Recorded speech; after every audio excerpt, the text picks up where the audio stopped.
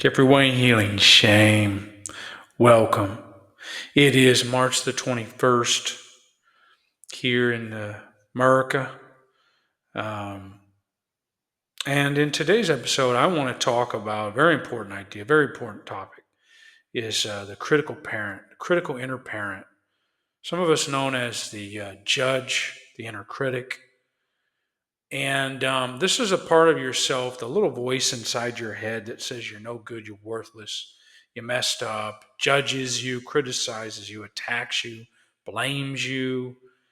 Um, all kinds of nasty messages come from this thing sometimes. Now, historically, the inner critic um, in our childhoods was there to protect us. Okay, so this is actually something that some of us also call him the manager, um, whip cracker, whatever. There's so many different labels for this, but it is a critic. And this part of self, it's just a part of self. So if you're following internal family systems IFS theory, um,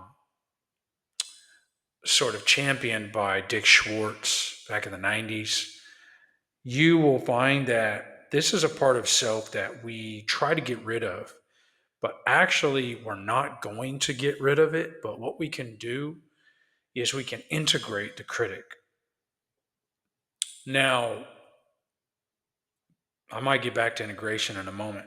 But first of all, what are some sort of ploys? What are some strategies the critic tries? Before I get there, even, I should say, what is a critic afraid of? The critic is afraid that the inner children are going to take over and they're going to feel their feelings and then all hell will break loose. So it tries to keep us from feeling the pain from those parts inside that are hurting. And it thinks that it's got to control everything and keep everything in a certain order so that chaos, that hell doesn't break loose. Now, that's what the critic's afraid of. And one of the tactics that it employs, in my case, is it will tell me I'm not allowed to do something. Okay, for example, my younger brother is in ceramics, in art, and my older brother is trying to do some kind of selling, like some at farmers markets, like selling stuff he's made, stuff, bread he's cooked or baked, goods, things like that. I even think recently there was something about honey, maybe bees honey or something. Now, my critic will tell me I'm not allowed to try ceramics. I'm not allowed to make art like that. And I'm not allowed to sell my own stuff that I cook. That's crazy and that's total bullshit. Now, they may even agree and say, yeah, that's our territory. Somewhere along the way, this idea got established that each one of us, me and my brothers, have our own territory. Like mine was science, Greg was art, Mike was military, or something like that. So if we tried to cross over into each other's territory, there could be problems. So my critic, because it was programmed, it says to me, yeah, don't sculpt, don't play with clay, and don't try to start baking and selling your own goods. Just nuts. Now, that's a tactic that the critic tries to deploy to keep my inner children in check so they don't go out and do anything new and so they don't create trouble or rock the boat. This is all the critic is trying to help, but the strategies it deploys are antiquated and actually damaging for the inner children because they want to create, they want to bake, they want to do things. They want to do creative, cool stuff like this. Okay, and learn new things and branch out. There's nothing wrong with that. Now, that's what we're going to get to here in a moment. So, what can we do? We know what the critic is afraid of. We know the tactics the critic can try to deploy, like a specific situation that I gave you. Now, yours might be different. In my case, there are all kinds of ways that the critic tries to keep the children under control so all doesn't break loose and we don't start feeling our feelings. Okay. In other recovery circles, you may have heard the critic put as the itty bitty shitty committee. The itty bitty shitty committee. I've always loved that one. The itty bitty shitty committee and the committee in the head, the voices,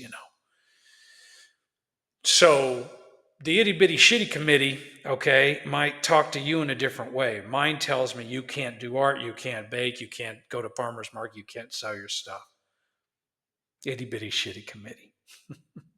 Trying to keep the inner kids from branching out, from being themselves. I might be good at that stuff. Now, what's something we can do? How can we react to this? Okay, there's something called NIP, N-I-P. I want to give you this strategy. It's an acronym, nip it in the bud. NIP, N stands for notice. Notice when the critic has shown up, when the critic's in the driver's seat. Number 2, I is identify exactly how the critic is attacking. For me, it's about, like I gave the specific example, you can't do ceramics, you can't bake, you can't sell your stuff and make your own business and selling foods too. That's the identification. And the third part is P, parent. Parent. What would a healthy, loving parent say? So in this case, I notice when the critic is trying to tell me I cannot start my own business and sell baked goods or anything. That's noticing. Or I should not. What right do you have, right?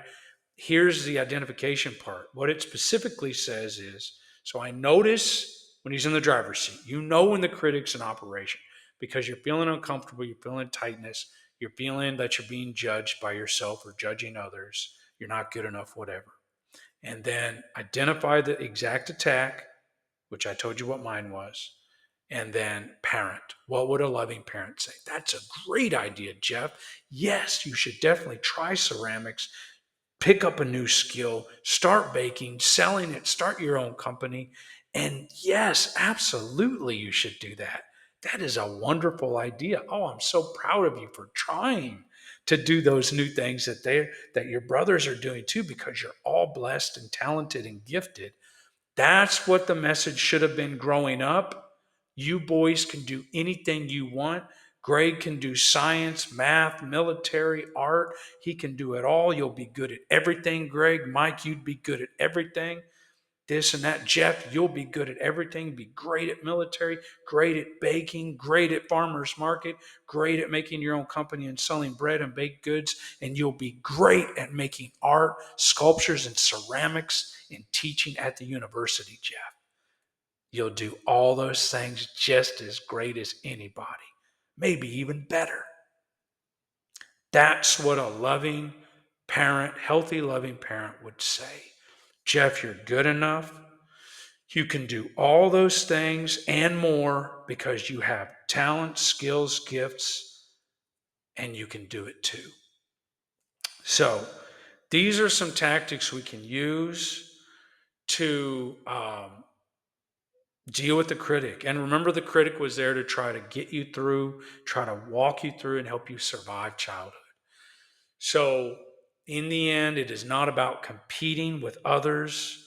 It's not about staying in your lane. It's about challenging the critic, letting loving parent, inner loving parent, ILP, come to the rescue.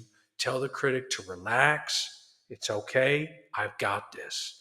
And use the NIP, use the NIP strategy to deal with this critic, okay? Because it's going to come up every day, maybe.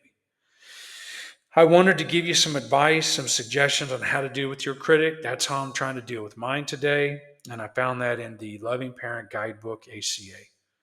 It's a great resource. Till next time, guys, hang tight on your journey and you can do it. You're loved and you can do it. Peace. All the best. Bye.